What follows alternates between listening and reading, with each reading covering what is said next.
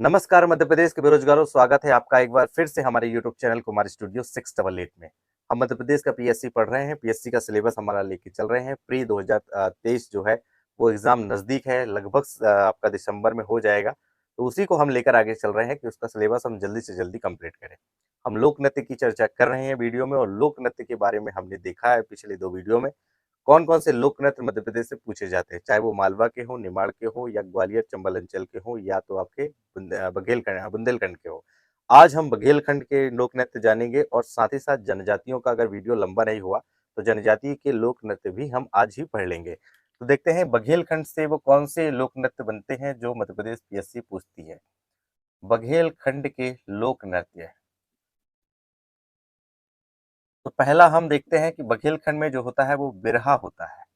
बिरहा लोक नृत्य होता है, इसे अहिरियाई लोक नृत्य कहते हैं। अहिरियाई से आप समझ गए कि ये जो है अहीर जाति के लोग ही करते हैं, इस नृत्य को अहीर जाति के लोग करते हैं।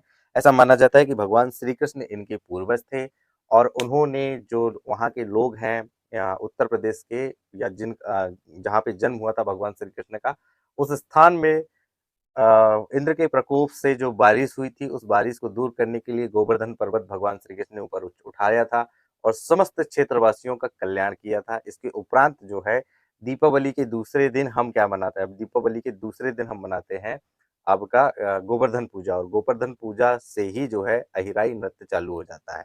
तो ये वही नृत्य है। समय आपसे पूछेगा तो बताना है कि दीपावली से ये चालू होता है और पंचमी तक चलता है, यानी ये नृत्य दीपावली की पंचमी तक किया जाता है। दूसरा है राई नृत्य। राई नृत्य हमने पढ़ा था बुंदेलखंड में, और हम बघेलखंड में भी राई नृत्य को पढ़ रहे हैं।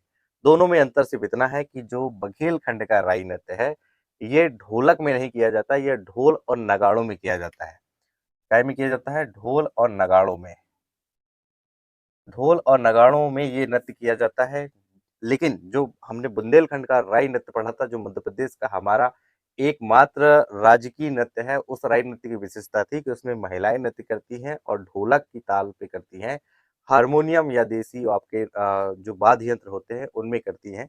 उसमें और सिर्फ इसमें यही फर्क है कि ये ढोल और नगाड़ों में किया जाता है, और वो ढोलक में किया जाता है। ढोल और ढोलक में थोड़ा सा डिफरेंस होता है। ढोलक जो होती है वो साइज में छोटी होती है, उसके दोनों हिस्से जो है वो छोटे होते हैं, और ढोल के एक जैसे बराबर होते हैं। नगाड़ा तो आप समझते ही हैं, आपकी सबकी शादियों में नगाड़ा बजे होंगे खूब धूमधाम से, और आपने वो शादी मनाने का काम किया ही होगा। तो देखते हैं अगला हमारे पास है, वो है कहरा। कहरा लोक नृत्य। और जो कहरा नृत्य है भाई, ये स्त्री पुरुष मिलकर करते हैं। स्त्री पुरुष जो है इस नृत्य को मिलकर करते हैं। अलग अलग शैली में नृत्य किया जाता है, स्त्री और पुरुष। इस लोक नृत्य की सबसे ज्यादा जो फेमस है वो है कहरवा ताल, यानी कहरवा ताल इसकी सबसे फेमस है। आपको बताना है कि कहरवा जो ताल है, इस कहर की जनजाति लोक नृत्य का जो है, कहरा लोक नृत्य का कहरवा ताल सबसे ज्यादा फेमस है। तो मध्य प्रदेश पीएससी यही एग्जाम में पूछती है कि कहरवा लोक नृत्य जो है वो स्त्री पुरुष सामूहिक रूप से तो करते हैं, लेकिन इसकी कौन सी ताल सबसे ज्यादा फेमस है, तो आपको कहरवा ताल बताना है। अगर ऐसा नहीं करेंगे तो बड़ी दिक्कत होगी आपके साथ। मध्य प्रदेश के बघेलखंड के हम लोक नृत्य पढ़ रहे हैं, और इसमें हम देख चुके हैं अभी तक लोक नृत्य जो क्या होते हैं। कहरवा के बाद हम पढ़ेंगे दादर नृत्य। अगला हमारे पास है वो है दादर। दादर और नावर हवेली वाला नहीं, ये दादर अलग है। दादर नृत्य जो है वो पुरुष करते हैं, सिर्फ पुरुष करते हैं, और ये खुशी मनाते हैं, खुशी मनाते हैं, फसल की कटाई की खुशी मनाते हैं, तब ये दादर नृत्य होता है। अगला हम जल्दी से लिख देते हैं, वो है कलसा नृत्य। जो कलसा नृत्य है ये अहीर गडरिया लोग करते हैं। अहीर और गडरिया।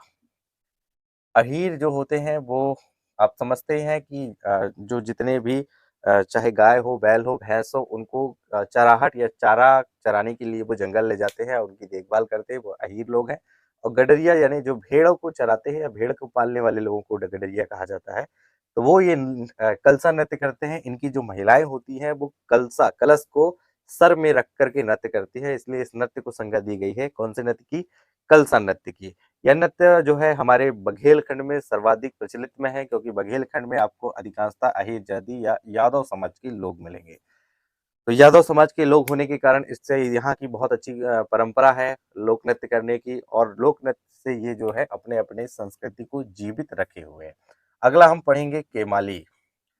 जो केमाली लोक नृत्य है वो भी आपका कहाँ का है, बघेलखंड का है। बघेलखंड का लोक नृत्य है ये केमाली। और ये केमाली से आपको ध्यान रखना है कि इसमें स्त्री और पुरुष जो है वो साथ में नाचते हैं, साथ में नाचने का काम करते हैं। केमाली लोक नृत्य बघेलखंड का है, आपको बताना है। स्त्री और पुरुष साथ में नाच करते हैं। इसके अलावा इस नृत्य की कोई दूसरी विशेषता नहीं है। अन्य भाषा में इसे साजन और सजनी लोक नृत्य भी कहा जाता है। तो साजन और सजनी लोक नृत्य आपसे पूछेगा तो केमाली लोक नृत्य के बारे में ही आपको बताना है। तो ये था हमारा बघेल खंड। और देखेंगे कि बघेलखंड की और कौन से लोक नृत्य होंगे जो आपके लिए इम्पोर्टेंट होंगे। केमाली के बाद एक बहुत ही खूबसूरत सा लोक नृत्य है, वो उसको बोलते हैं डोगरा। डोगरा लोक नृत्य। अब डोगरा लोक नृत्य क्या होता है, जिसमें कवारी जो लड़कियां होती हैं, जिनकी उम्र कम होती है, वो लड़कियां जब बारिश नहीं होती हैं तो बारिश को बुलाने के लिए या बरसात हो जाए इसके लिए डोगरा नृत्य करती हैं। और वो डोगरा नृत्य ध्यान रखेंगे बघेलखंड का महत्वपूर्ण लोक नृत्यों में सम्मिलित किया गया है मध्य प्रदेश सरकार के द्वारा। तो ये जो फैक्ट है जो लगातार मध्य प्रदेश पीएससी आपसे पूछती है तो कहाँ का है, तो आपको बताना है ये बघेलखंड का है। बघेलखंड का लोक नृत्य है ये। लोक नृत्य बघेलखंड का है। कुंवारी लड़कियां या बिना शादीशुदी जो लड़कियां होती हैं उन वो ही ये नृत्य को परफॉर्म करती है। कब? जब वर्षा को बुलाना होता है। बरसात बुलाना होता है, फसलों में बारिश की जरूरत होती है, पानी की जरूरत होती है, तभी वो ये लोक नृत्य का काम करती है। पढ़ना पड़ेगा क्योंकि पढ़ाई बिना किसी का कुछ हुआ नहीं है। आप अगर ये समझ रहे हैं कि मध्य प्रदेश का पीएससी एग्जाम अगर ऐसे ही पास कर लें, पागल होके पास कर लें, तो नहीं होगा। मध्य प्रदेश की पीएससी एग्जाम पागल होके नहीं दिए जाते। हर वो एग्जाम जो आप दे रहे हैं तो आपको इंसान बन के देना पड़ेगा। पागलों की तरह कुछ भी लिखोगे तो कुछ नहीं होने वाला है। शायद किसी ने ये भी कहा है कि हर एक कपड़े का टुकड़ा माँ का आंचल हो नहीं सकता। जिसे पीएससी पास करनी है वो पागल हो नहीं सकता। तो आपको पागल होना नहीं है, पागल आपको पीएससी को बनाना है एग्जामिनेशन में। तो चलिए हम अब जनजातियों के लोक नृत्य देख लेते हैं जो जनजातियां करती हैं। जनजातियों के वीडियो में तो हमने पढ़ा चुका है उनके नृत्य क्या क्या होते हैं, लेकिन हम यहाँ फिर से देख लेते हैं। आपने नहीं देखा हो जनजातियों वाला वीडियो तो जाके देखिए। हमने एक एक जनजाति के लोक नृत्य, उनके त्योहार क्या मनाते हैं, किस तरीके से मनाते हैं, ये सब चीजों को एक एक करके डिस्क्रिप्टिव पढ़ाया हुआ है। पहला हम पढ़ लेते हैं, वो है सबसे इम्पोर्टेंट कर्मा। कर्मा तो बहुत सारे लोग मनाते हैं, जिसमें से गौंड जनजाति के लोग और बैगा और कोरकू, तीन जनजाति के लोग इस नृत्य को मनाते हैं। कर्मा ये जो लोक नृत्य है, कर्मा लोक नृत्य, इसे जनजातियों का सबसे प्रमुख लोक नृत्य माना गया है, यानी सबसे इंपॉर्टेंट लोक नृत्य इसे ही माना जाता है। या यूं कहें अन्य भाषा में कि ये नृत्य का राजा है। नृत्य का राजा किसे कहते हैं, तो आपको बताना है कि कर्मा जो है वो नृत्य का राजा है, या नृत्य के राजा के रूप में कहने का प्रयास किया है जनजातियों के लोगों के द्वारा। तो कर्मा आपको बहुत इंपॉर्टेंट है। साथ ही साथ कर्मा में ध्यान रखना है कि ये जो कर्मा नृत्य है ये गिनीज बुक में भी दर्ज हुआ है। इसका रिकॉर्ड गिनीज बुक में ये दर्ज किया गया है। पहला लोक नृत्य है जो भारत का है, जिसे गिनीज वर्ल्ड बुक में दर्ज किया गया है लोक नृत्य को, कर्मा लोक नृत्य। आगे हम चलते हैं, वो दूसरा हमारे पास है रीना। और रीना जो लोक नृत्य है ये गौंड जनजाति के लोगों को द्वारा किया जाता है। इसमें जो स्त्रियां होती हैं वही परफॉर्म करती हैं। सिर्फ स्त्रियां ही परफॉर्म करती हैं, स्त्रियों के अलावा दूसरा रीना नृत्य को परफॉर्म नहीं किया जाता है, गोंड जनजाति के लोग ही करते हैं। तो ये मध्य प्रदेश लगातार पीएससी में ये क्वेश्चन पूछ रही है आपसे। अगर पेन कॉपी नहीं निकाले तो नोट करते चलिए, पेन कॉपी निकालना बहुत जरूरी है। जनजातियों के लोक नृत्य पढ़ रहे हैं हम, और गोंड जनजाति के हमने रीना पढ़ा और रीना के साथ देखा कर्मा नृत्य। कर्मा नृत्य मध्य प्रदेश का बहुत बेहतरीन नृत्य है, जिसे क्या कहा गया है, तो इसे जनजातियों के जो नृत्य है उसका राजा कहा गया है। साथ ही साथ इसे गिनीज वर्ल्ड बुक में भी दर्ज किया गया है। भारत का एकमात्र लोक नृत्य है जनजातियों का, जिसे सबसे पहले गिनीज वर्ल्ड बुक में दर्ज किया गया है। तो ये आपसे पूछा सकता है। अगला है हमारे पास कहरवा। जो कहरवा लोक नृत्य है ये भी गौंड जनजाति के लोग करते हैं। जो कहरवा लोक नृत्य है ये विवाह में होता है, विवाह में करते हैं। और साथ ही साथ अगर किसी की मृत्यु होती है तो मृत्यु के दौरान या मृत्यु के बाद में जो कर्म करते हैं, वो दफनाने के बाद जो सामाजिक का वो उत्सव मनाने का काम करते हैं। किसी भी व्यक्ति की जब मौत हो जाती है तो जनजातियों के जो लोग हैं, गौड़ जनजाति के लोग, तो वो मृत्यु को भी उत्सव के रूप में मनाते हैं।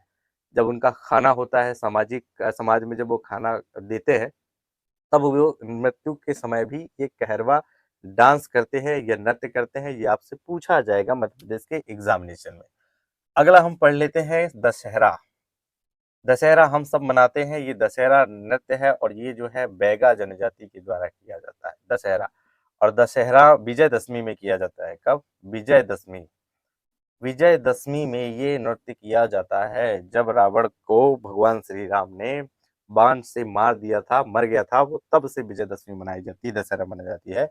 और बैगा जनजाति के लोग दशहरा नृत्य को करने का काम करते हैं। अब है सैला नृत्य, और सैला नृत्य आपको ध्यान रखना है कि ये भी बैगा जनजाति के लोगों के द्वारा किया जाता है। साथ ही यहाँ पर फागुन मास में होता है, ये फागुन फागुन मास में ही किया जाता है। बाकी सभी जगह जो है भादो मास में, या अन्य लोग जो भादो मास में करते हैं, अखाड़ी से लेकर के और रक्षाबंधन तक अन्य जातियों के लोग सैरा नृत्य करते हैं। लेकिन जो बैगा जनजाति के लोग हैं, सैरा जो गीत गाते हुए सैरा नृत्य करते हैं, और ये कब करते हैं? फाल्गुन महीने में करते हैं। ये आपको इंपॉर्टेंट है। बैगा जनजाति की और देख लेते हैं, वो है हमारे पास बलमा। और बलमा से समझ गए कि जरूर ये प्रेम प्रसंग से ही होगा। उबलमा उबलमा गाना आया था, तो बलमा जो है आपको ध्यान रखना है, ये भी बैगा जनजाति का है, बैगा जनजाति का। और जो ये कब होता है? जब कोई प्रेम प्रसंग चल रहा होता है, लड़का लड़की का प्रेम प्रसंग चलता है, तब ये बैगा जनजाति के जो लड़के और लड़की होती है, युवक युवतियां होती हैं, वो प्रेम प्रसंग के रूप में ये बलमा नृत्य करते हैं। तो बलमा नृत्य आपको खिलाड़ी मूवी का नहीं देखना है कि है ना, ओ बलमा वाला गाना नहीं, डीजे पे गाना बजा दो, तो इस तरीके के गाने आपको नहीं मिलेंगे। जो पारंपरिक गीत उनके गीत हैं, गाने हैं, उसी में होता है। अगर आगे हम देखेंगे परधौनी, जो परधौनी है ये भी आपको बैगा जनजाति से मिलेगा, या बैगा जनजाति के लोग परधौनी करते हैं। कब करते हैं भाई साहब? तो ये बारात के आगमन में, बारात का जब आगमन होता है, बारात आगमन में किया जाता है। वर पक्ष जब वधु पक्ष के यहाँ बारात लेकर के आता है, तो उसके स्वागत के लिए परधौनी नृत्य करती है बैगा जनजाति के लोग। मैंने तो वहां भी पढ़ाया जनजाति में, लेकिन यहाँ मोटा मोटी पढ़ा दे रहा हूँ। वहां पर मैंने डिस्क्रिप्टिव पढ़ाया है, बहुत अच्छे से पढ़ाया है। सबसे इम्पोर्टेंट है सुआ, और सुआ भी जो है वो बैगा जनजाति के लोगों के द्वारा किया जाता है। जब महिलाएं फसल काटती है, जब जो महिलाएं हैं बैगा जनजाति की फसल काटती हैं, तब ये नृत्य करती हैं। कौन सा? सुआ नृत्य। तो ये ही इंपॉर्टेंट फैक्ट है जो आपसे लगातार मध्य प्रदेश में पूछे जाते हैं, इसके अलावा नहीं होंगे। डोहा नृत्य भील जनजाति के द्वारा किया जाता है, कार्तिक अमावस्या में ये नृत्य होता है। मैंने जनजातियों में लगभग ये सारे नृत्य पढ़ा चुका है, दोबारा मैं आपका समय नहीं लूंगा। वीडियो को अभी अंत तक अगर आप देखे हैं, तो हमारे चैनल को सब्सक्राइब करें। साथ ही साथ अगर वीडियो पसंद आया है, तो अपने साथियों के साथ जरूर शेयर करें। ऐसा ना हो कि मैं रात भर वीडियो बना करके खड़ा रहूं और आप सब अपने अपने चाहने वालों में खो जाए। ऐसा बिल्कुल ना हो। तो वीडियो पसंद आया तो जरूर शेयर करें, साथ ही साथ हमें सपोर्ट करें। So I think it's enough for today. Have a nice day. मिलते हैं कल और नए टॉपिक के साथ, जो होंगे हमारे मध्य प्रदेश के लोक नाट्य, लोक गीतों पे चर्चा होगी, लोक गायन पे चर्चा होगी, और चित्रकला पे देखा जाएगा कि वो कौन से फैक्ट है जो मध्य प्रदेश की पीएससी लगातार आपसे पूछती है। तो आपका ज्यादा समय नहीं लेंगे। Thank you very much. Video कैसा लगा हो कमेंट्स में जरूर बताइएगा। Thank you.